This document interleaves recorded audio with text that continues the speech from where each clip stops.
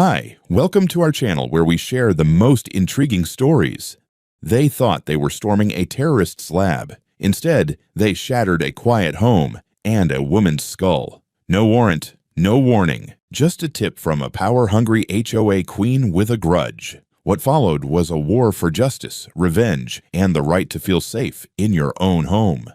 I woke up that Saturday thinking it'd be just another quiet morning, coffee, maybe a bit of sanding in the garage, and then working on that battery array I'd been meaning to finish. My wife Amanda was already up. I could smell the hazelnut roast she always made too strong. I muttered something about sleeping in, dragged myself to the bathroom, and stepped into the shower without checking my phone. Warm water, steam, and silence. That's what I remember. I stood under the shower head for maybe 15 minutes, just letting it all melt off. I didn't hear the doorbell. I didn't hear the knock. I didn't hear the engine hum of an armored van pulling up outside our gate. What I heard, too late, was the crash. By the time I stepped out and toweled off, Amanda was already on the floor. At first, I thought we were being robbed. The house was filled with shouting, heavy boots on hardwood, furniture crashing over. I came around the corner, still dripping, and found Amanda screaming, bleeding, her arm twisted underneath her, face swollen, eyes wide with terror. She was lying by the edge of the hallway, between the living room and the bedroom, and over her stood two men in full tactical gear, with rifles pointed in every direction but the right one. I instinctively ran toward her, but froze when I heard the click of a safety. One of them spun toward me, gun up barking, "Get down!"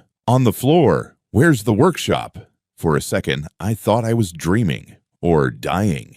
Nothing made sense. My body froze, towel half fallen off me, water still dripping onto the floor. Another one shouted, "We have a positive address, move to the back." I dropped to my knees, hands raised, trying to keep my eyes on Amanda, who was crying. Barely. Her voice sounded off like it didn't belong in the house anymore. I could see bruising already forming along her cheekbone. Her hair was stuck to her face, wet with sweat, or blood, or both.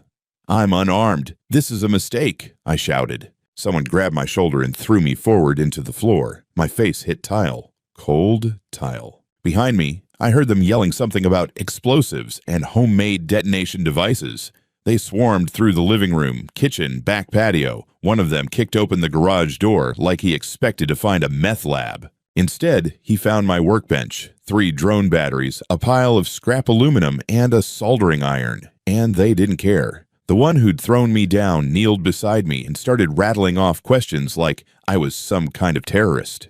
"Where's the lab? Are you working alone? Who else is involved?" I kept repeating, "You've got the wrong house. You've got the wrong guy." Then one of them radioed something in, and I saw his face change slightly, confused, then concerned. He walked toward Amanda. I tried to push myself up, but someone kept their boot on my back. Literally. Another shouted from the garage, "Just tools and batteries. No sign of chemicals. Might be a false positive." False positive. Amanda was wheezing now, trying to breathe. Her wrist was clearly broken, bent in a way bones aren't supposed to bend, and she had a cut across her forehead that was bleeding into her hairline. I yelled again, louder this time. "She needs a medic. She didn't do anything." Nobody responded. I don't know how long it took before they realized their mistake. It could have been 30 seconds or 5 minutes, but it felt like hours. Then, silence. I heard one of them mutter something into his radio. Another said, "Call it in. We need an ambulance." I finally got to sit up. They didn't apologize. Not one of them. Instead, one by one, they started backing out of the house, like they were just moving on to the next scene, leaving behind a wrecked living room, a bleeding woman, and me, barely clothed, and trying to figure out what the hell just happened. Amanda was barely conscious. I held her hand, trying not to shake. I asked her over and over again what had happened. She just kept whispering, "I thought it was a delivery." That's when I remembered the front camera, the living room camera, the one I set up years ago and never took down. The one that probably caught all of it. I grabbed my phone with shaky fingers and pulled up the app. It had recorded everything. The timestamp showed the front door being kicked in. The voice yelling, "Go, go, go!" Amanda's scream. Then the crash of the glass table, which one of the officers had knocked over onto her with his leg, while holding a half-spilled coffee cup in his other hand. My wife, bleeding on our hardwood floor, while a guy with caffeine breath tried to save face. They had no warrant, no knock, no identification, no attempt to verify the address. They just came in. guns drawn, like we were the target. Like she was the enemy, like I wasn't even a person. They left us both on the floor. They only called the ambulance after I started shouting again. No explanation, no badge numbers. Nothing but a name muttered by one of them as they left. Silver Valley complaint? Probable cause. Don't blame us. Silver Valley. That was the name of the HOA next door, the one we didn't belong to. The one that had tried to fine me last year for not having approved mailbox paint. The one where Karen Satterfield ruled like a suburban god. I looked down at Amanda, her eyes barely open, and I knew. This wasn't just a mistake. Someone sent them.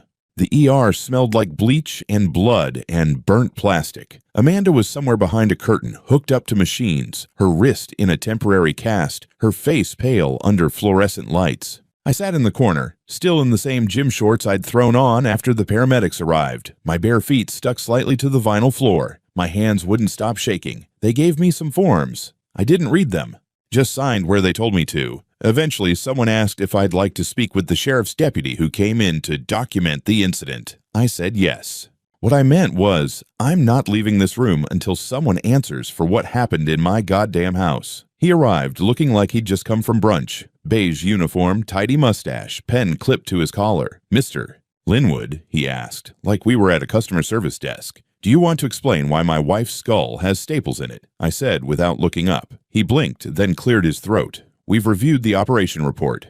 The tactical team was responding to a credible tip regarding suspicious activity at your address. Credible tip from whom? I asked, standing up. Because unless you've recently redefined suspicious activity to include charging drone batteries and drinking coffee, someone just weaponized your entire goddamn department. He looked uncomfortable. The tip was submitted through a formal HOA channel from Silver Valley Reserve. It listed your property as the suspected location for homemade explosive devices and possibly illegal surveillance equipment. I actually laughed. It came out broken. Illegal surveillance? You mean the camera that recorded your guys nearly killing my wife? He ignored that. The concern came from a member of their board, Karen Satterfield. Apparently, there were multiple previous complaints. Yeah, I cut him off. Multiple bullshit complaints. She's been trying to push us into their HOA for over 2 years. We're not part of it. We've got the deeds, the maps, even a court ruling from last year after she tried to cite me for having solar panels. He looked caught off guard. You've got documentation showing you're not part of their association. Do you want me to tattoo it on my chest? I snapped. Yes, I've got the county land survey, the zoning maps, everything. You people didn't check a damn thing. He scribbled something in his little notepad, clearly trying not to get dragged into it. I'll include that in the report, sir. You're not going to include anything unless I shove it into a lawsuit, I said, pointing at the IV stand next to Amanda's bed. She was drinking tea and answering the door, and now she might need surgery to fix her face. He tried the bureaucratic line. We deeply regret the harm caused during the response and, spare me, regret is when you drop a cup. This was an armed raid based on a phone call from a woman who thinks mailboxes should match the trim on her porch. He left soon after, said someone from the ATF would follow up. I never saw him again. When I got back home that night, the house still smelled like mud and fear. I walked through the mess in silence. Door off its hinges, sofa flipped, my workshop in pieces. I stood there, in the garage, staring at my tools. Nothing fancy.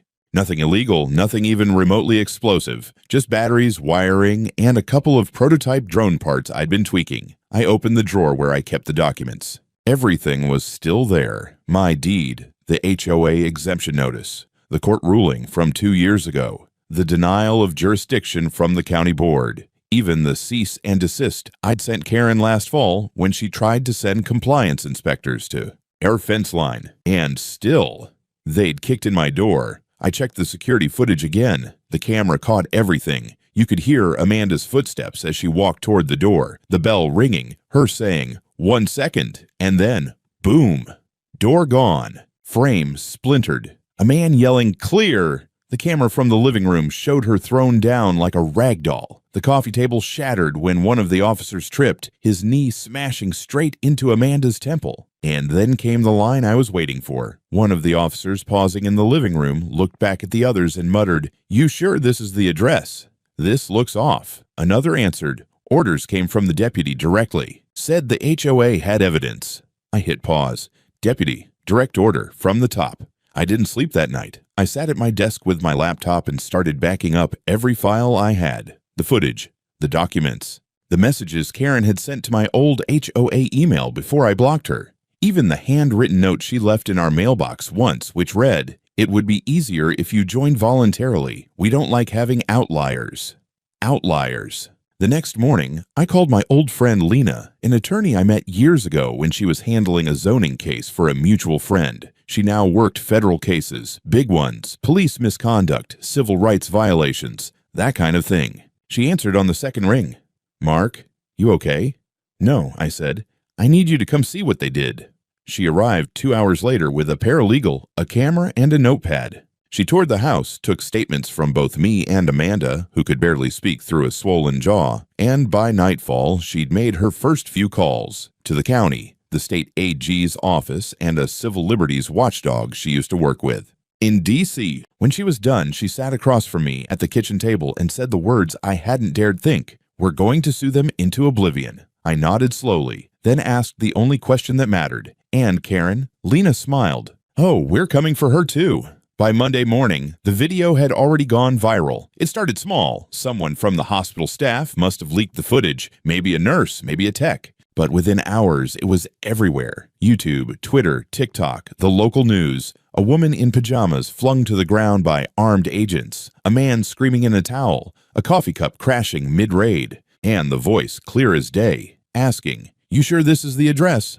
The title on one clip read, "Wrong House, Wrong Family. Meet HOA Tyranny." By lunchtime, I was getting interview requests from everywhere, CNN, NBC, even some guy running a YouTube law channel in his basement. I declined them all. I had only one priority, Amanda. She was still in the hospital, barely able to open her mouth, her hand wrapped like a balloon, her eyes distant. Shock hadn't worn off. If anything, it was settling deeper. Lena, meanwhile, moved like a heat-seeking missile. By noon, she had subpoenaed the sheriff's office for all communications with the Silver Valley HOA. Then she hit the county for their emergency procedures, specifically the ones that allowed an armed raid without a warrant. The answer came back within hours. No such procedure exists.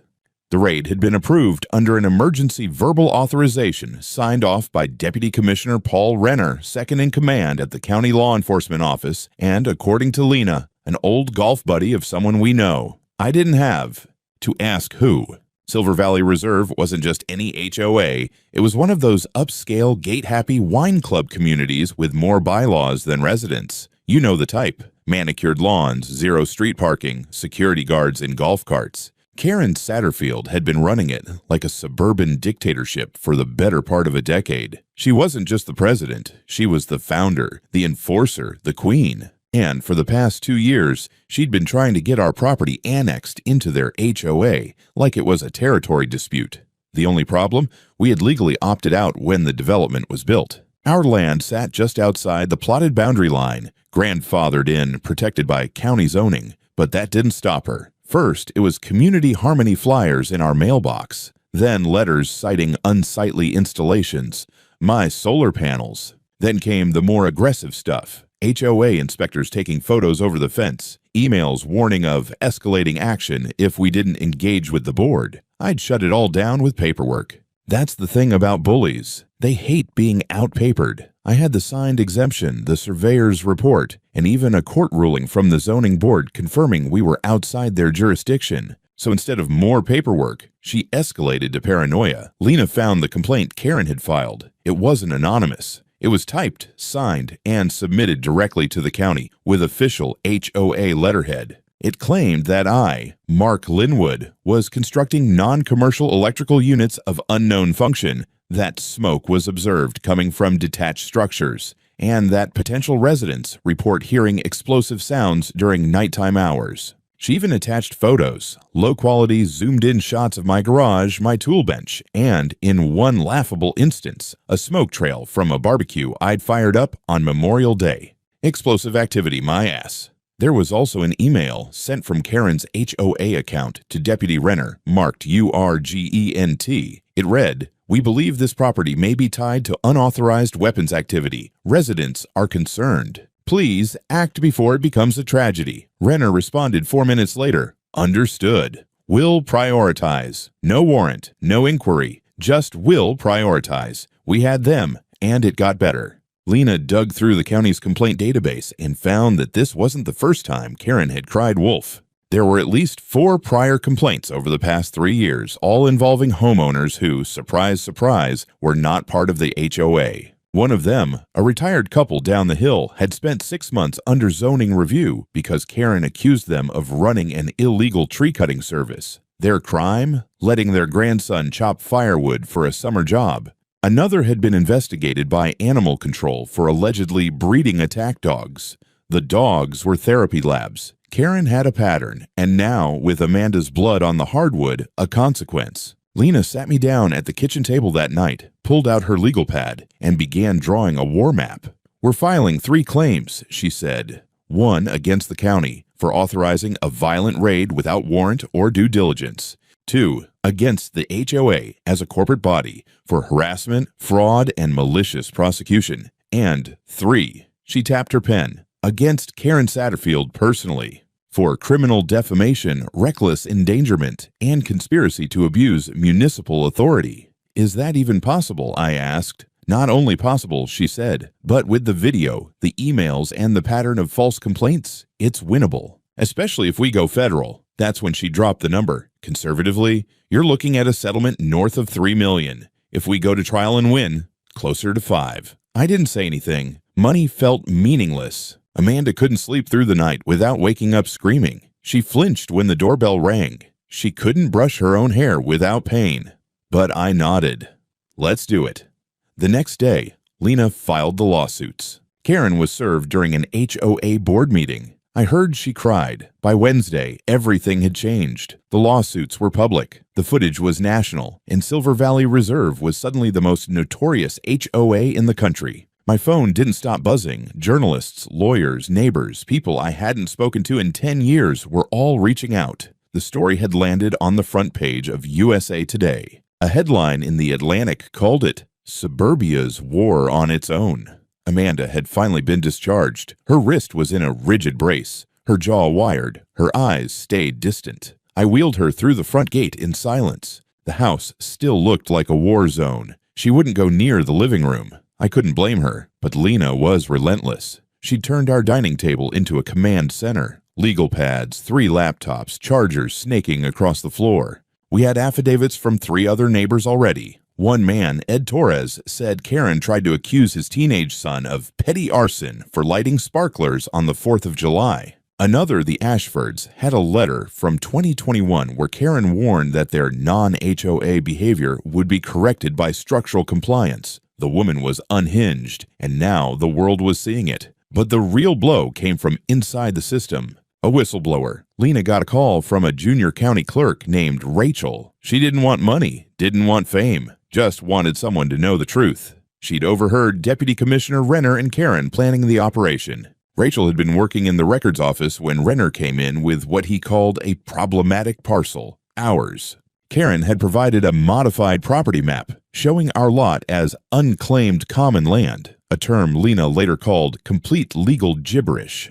Renner apparently asked no questions, just nodded and said, "We'll get it sorted." Rachel gave us a copy of that altered map. Lena placed it next to our official county survey, and the fraud was obvious. The HOA boundaries had been redrawn, by hand no less, to swallow our property like some expanding blob. Lena's voice turned to steel. "We're not just suing anymore. We're pressing charges." 2 hours later, she filed a motion with the state attorney general requesting an investigation into HOA misconduct, fraudulent land claims, and unlawful deputization of county force. That same evening, Renner was placed on administrative leave. A photo of him being escorted out of the county building in a windbreaker went viral. The caption, "HOA cops gone wild, Silver Valley started to eat itself." Karen released a statement through her attorney, calling the raid an unfortunate misunderstanding and claiming she acted on community safety concerns. But that didn't explain the map, or the emails, or the fact that the HOA had used dues money to hire a private investigator last year who'd left a GoPro duct taped to our mailbox. We found it. We turned it over. Amanda sat silent through most of this, scribbling notes on a legal pad with her good hand. But that night, she asked to watch the footage again. She made it exactly 45 seconds before she had to leave the room. The next day, Lena got the green light. The AG's office would open a formal investigation. She smiled like a lioness. Now we get subpoenas. Karen's financial records, HOA expense reports, board communications, everything became fair game. And what Lena found made even me stop. Over the past 3 years, HOA funds had been used for surveillance equipment, private investigators, anonymous tip line fees, gifts for compliant residents, a wine basket for someone who turned in a neighbor's illegal shed, and most damning, a personal donation to Renner's community campaign fund. The web was unraveling. I stepped outside that evening and saw someone had spray-painted HOA equals fascists on the wall of the Silver Valley Gatehouse. Someone else had hung a cardboard sign from the fountain, "Free the Outliers." We weren't alone anymore. But the real tipping point came 2 days later. Lena was at the courthouse, Amanda asleep upstairs when I got a knock on the door. A man in his 60s, balding, quiet. He introduced himself as Gregory Holtz, former HOA board member. Said he'd resigned 6 months earlier. Said he had something I needed to see. He handed me a USB stick. "I warned her," he said. "Told her she was crossing lines." She laughed. I plugged it in. Meeting recordings, HOA Zoom calls, emails between board members, notes from a community enforcement initiative, a program designed to encourage integration of non-HOA parcels. The tone was pure cult. Neighborhood health depends on uniformity. Resistance must be met with structured consequences. Karen had even used the phrase, "domesticate the outliers." That night, Lena stayed up till 2 reviewing the material. She emailed the AG's office, then the press. By morning, we were front page again. They say justice moves slowly. Not this time. By the following week, the Silver Valley Reserve HOA was in full collapse. The state attorney general had issued subpoenas to every board member. County inspectors rolled in with clipboards. The IRS even showed up, sniffing around for misappropriated nonprofit funds. Karen, once the queen of the cul-de-sac, was nowhere to be seen. According to gossip, she'd holed up in a rental cabin 2 towns over, claiming political persecution. I had to laugh at the irony. She finally left someone else's property alone for once in her life, but things didn't exactly calm down. We started getting letters, dozens of them, from people we didn't even know, victims of HOA harassment from other states. Some just wanted to say thank you. Others wanted to share horror stories, fines for wind chimes, lawsuits over mailbox colors, citations for unauthorized flower beds. One woman in Florida told us her HOA banned garage doors visible from the street. Another man in Arizona said his HOA fined him for parking a wheelchair ramp without architectural approval. They weren't just letters, they were ammunition. Lena used them to bolster our civil suit, arguing that what happened to us wasn't an isolated incident, but part of a larger trend of HOA overreach. The media ate it up. The HOA wars became a recurring segment on morning shows. Our story was the flagship, but more were emerging. It was like we'd cracked open the dam. Meanwhile, Amanda was slowly, painfully recovering. Her jaw unwired, the swelling receding, the bruises fading, but her nerves were frayed. She startled at loud noises, flinched when someone walked behind her. She wouldn't go near the bedroom where it happened. We started sleeping in the guest room. I caught her crying once in the kitchen, clutching a fork like it was a weapon.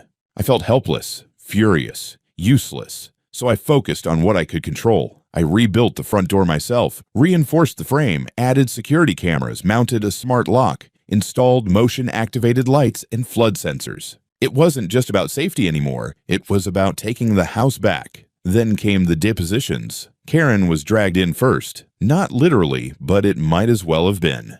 She showed up in oversized sunglasses and a designer scarf like she thought the press would swarm. They didn't. Just one stringer from a local paper and a guy live streaming on TikTok. Lena questioned her for 5 hours. Calm. Surgical. She walked Karen through every lie, every forged document, every abuse of power, the altered map, the fake tip line, the email to Renner. At one point, Karen tried to claim she had limited oversight of the HOA's legal operations. Lena pulled out a copy of the HOA's bylaws. Article 3, Section 1. All legal complaints must be reviewed and approved by the sitting president. That's you, right? Karen blinked. I suppose so. You suppose? Lena asked, raising an eyebrow. Karen went silent. The transcripts made great reading, but the real moment, the one that shifted everything, came 2 days later. I was at the kitchen table with Amanda, coaxing her to eat something besides toast, when my phone rang. It was Lena. "Check your email," she said. I opened the file she sent. It was a scan of an internal HOA memo recovered from Karen's home office during a court-mandated audit, dated 3 months before the raid. Subject: Compliance Pressure Protocol. It listed 5 non-compliant properties that bordered Silver Valley Reserve. Ours was number 3. Next to each name was a list of escalation measures. For us, it read: deny construction permits, initiate code violations, surveillance, anonymous safety complaint, pressure local PD through board liaison, Paul R. There it was, a premeditated plan with names, dates, and steps. I showed it to Amanda. She didn't say anything at first, just stared at it. Then she asked, "Do we win now?"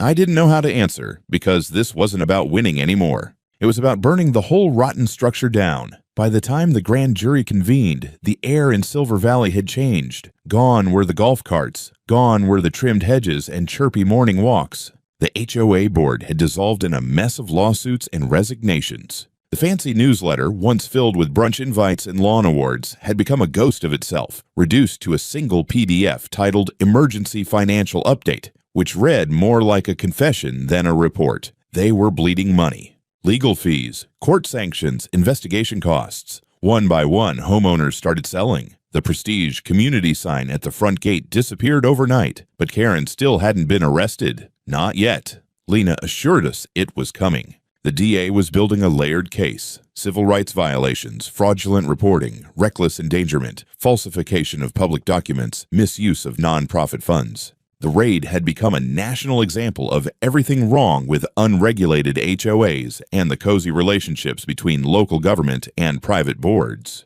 A segment on 60 Minutes used the phrase "militia in pearls." Then came the call we'd been waiting for. "Grand jury's done," Lena said. "Indictment's coming tomorrow morning." Amanda and I didn't cheer. We didn't cry. We just sat on the back deck and watched the sun sink behind the broken gate. At exactly 9 the next morning, Karen was arrested at her cabin. The footage went viral before lunchtime. 2 U.S. Marshals escorting her out in a baggy sweatshirt and Crocs, sunglasses slipping off her nose, hair undone. The charges were read aloud as she was loaded into the car. She looked stunned, like the universe had glitched. But it didn't end there. Renner was arrested the same day, charged with conspiracy, abuse of authority, and evidence tampering. His deputy, Paul R., was already cooperating with prosecutors, singing like a canary. In one transcript, he claimed Karen promised him a future board seat and preferential HOA placement for his cousin's new housing development. The corruption went deep. HOA meetings, it turned out, weren't about neighborhood watch and pool schedules. They were about power. Who could be pushed out? Who could be bought in? Who fit the aesthetic? Amanda's injuries had just been the final crack in a rotten wall. The criminal trial was still months away, but the civil suit moved forward fast. Lena added new claims: intentional infliction of emotional distress, coordinated abuse of governmental process, unlawful invasion of privacy. The judge didn't just allow them, he expressed sympathy during a pre-hearing conference, said the footage from our living room made him physically ill. Meanwhile, we were offered settlements, not small ones. First came the HOA's insurer, offering expedited resolution to the tune of $1.2 million. We declined. Then the county itself, $2.5 million. Lena leaned back and said, "Tempting, but they'll offer more once Renner testifies." The pressure was mounting. Amanda was on the cover of Time. Not a photo shoot, just a still from our security footage, blood on her lip, dazed and bruised. The title, "Home is Not Safe Anymore." That's when the fundraisers started. Not for us, for others. Victims of HOA abuse from around the country began sharing their stories. A class action suit against a different HOA in Nevada used our case as a legal precedent. Law schools started debating quasi-governmental overreach. And Lena? She was offered a book deal. Still, there were moments of quiet. One night, Amanda and I sat by the fire pit. Her wrist was healing, but her nerves were still raw. She asked me, "Do you think we'll ever feel safe again?" I didn't answer right away, because I wasn't sure. Even after the arrests, the headlines, the lawsuits, something lingered. The knowledge that someone could knock on your door, pretend to be authority, and destroy everything because they felt entitled, because you didn't belong. But we had one more move left. The final hearing. The judge called it a procedural formality, but it was more than that. It was a statement. Amanda stood with her arm still in a brace. I wore the same shirt I'd had on that morning of the raid. Lena handed over the full list of damages, physical, emotional, financial. She finished with a single sentence. My clients were attacked in their own home by armed agents of a lie. The room was silent. Then the judge nodded and signed. $3.8 million, not just from the county, but from Karen personally, from the HOA's liquidated reserve fund, from Renner's forfeited pension. Amanda didn't smile, but I did, just once. You'd think $3.8 million would feel like a victory. But honestly, it felt more like a funeral settlement, like someone finally admitting, yeah, we ruined your life. Here's some cash for the mess. It didn't fix Amanda's trembling hands when a car backfired. It didn't erase the dent in the hardwood where her head had struck the floor. But it did give us power. And power, for the first time in this whole nightmare, was back in our hands. We didn't move. Not yet. We thought about it, sure. Maybe heading out to the coast, somewhere without neighbors who vote on the color of your mailbox. But Amanda said something one night, while sipping tea with 2 fingers still splinted. If we leave now, it's like saying they were right. So we stayed, and we built. I cleared the garage and turned it into what it was always meant to be, a proper workshop. Nothing dangerous unless you think a miter saw and a soldering station are weapons of mass destruction. Amanda helped me set it up despite her injuries. We even joked about putting up a sign, warning contains tools and reasonable property ownership.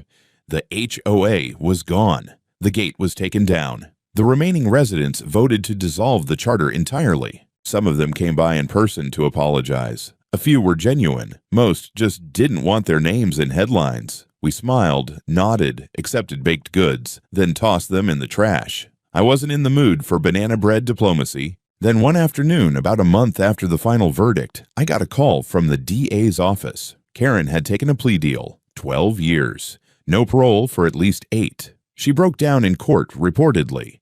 Cried about how she never meant to hurt anyone, claimed she just wanted the community to be safe. The same woman who forged documents, manipulated officers, and created a literal protocol to crush her neighbors now wanted pity. The judge wasn't impressed. Called her actions a civilian act of state-sponsored violence under the mask of community duty. When the sentence was read, Amanda sat in silence. Then she whispered, "Good." But not everything was closure. The media kept knocking. Journalists, documentarians, podcasters, they all wanted our story. Lena filtered most of them, but one made it through. A young woman with a small crew and a big heart. She interviewed Amanda gently, asked about the noise, the fear, the silence after. She didn't ask about the money, just about the people. That footage aired 2 weeks later in a short film titled Line in the Gravel. It was raw. It was painful. It was honest. And it ended with a shot of our new front gate. Simple, wooden, handmade. On it, a metal plaque. Not part of any HOA. Entry by warrant only. Amanda laughed when we bolted it on. Subtle. I shrugged. It's a start. We installed more cameras, upgraded the alarm, added a wide-angle thermal scope that covered the backyard. People called us paranoid. I called it post-traumatic clarity. But slowly, the silence returned. Amanda planted flowers again, ones that once got her a passive-aggressive HOA warning for being non-native. I helped her, kneeling in the dirt, shoulder to shoulder. The bruise along her jaw had faded, but the memory hadn't. Still, her hands were steady this time. And one morning, while sipping coffee in the workshop, I got an email from Lena. She'd forwarded a news alert. Sheriff's Department issues new policy after raid scandal. No warrant, no entry. It wasn't justice, but it was something. Sometimes a crack in the wall is enough to bring the whole structure down. It was a quiet Sunday when I finally stood alone in the room where it had all begun. The bedroom. The door had long since been replaced. Oak, reinforced hinges, digital lock. Amanda never stepped foot in it again, said she didn't want to remember the sound it made when it shattered, but I needed to face it one last time. There were still faint scratches in the floor, too deep for sanding. The spot where her blood had soaked into the rug had been scrubbed, bleached, replaced, but I still saw it. Every detail of that morning played in my head like film stuck on loop. The screams, the boots, her face, my towel slipping to the floor as rifles pointed at my chest. They wanted to find a bomb maker. They found a man with a beard and a Wi-Fi signal. It took time, but Amanda and I started living again. Real living.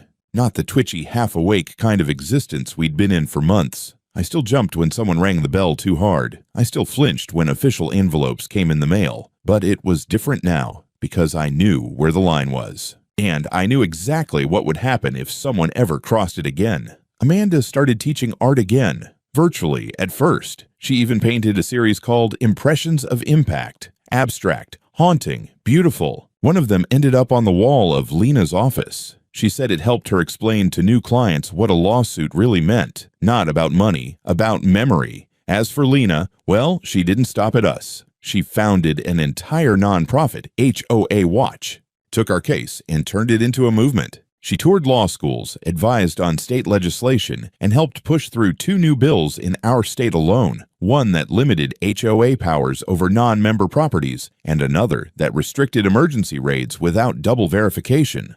The funny thing, Karen tried to appeal her sentence. Didn't go well. The appellate court shredded her case in under 5 minutes. The judge actually laughed when her lawyer tried to argue community fear justified misinformation. I suppose the fear belonged to her now. We didn't throw a party, didn't pop champagne. But one night, Amanda and I sat under the stars, a fire crackling between us, and toasted with quiet glasses of wine. She rested her head on my shoulder and said, "You were right. We did win. Not in the courtroom. In our home. Where no one ever again would burst through the door because of a neighbor's lie." There's a final detail, though. I kept the camera footage. All of it. I backed it up 6 times on encrypted drives stored in different places. Not because I think we'll need it again, but because deep down I know what people are capable of when they convince themselves they're in the right. The old mailbox is still there too. Dented, crooked, a silent monument to every warning letter they shoved into it over the years. I don't fix it. I want it just like that. So, if someone ever drives by again, looking for trouble, they'll see it and remember, this is where the lies ended and where the line was drawn.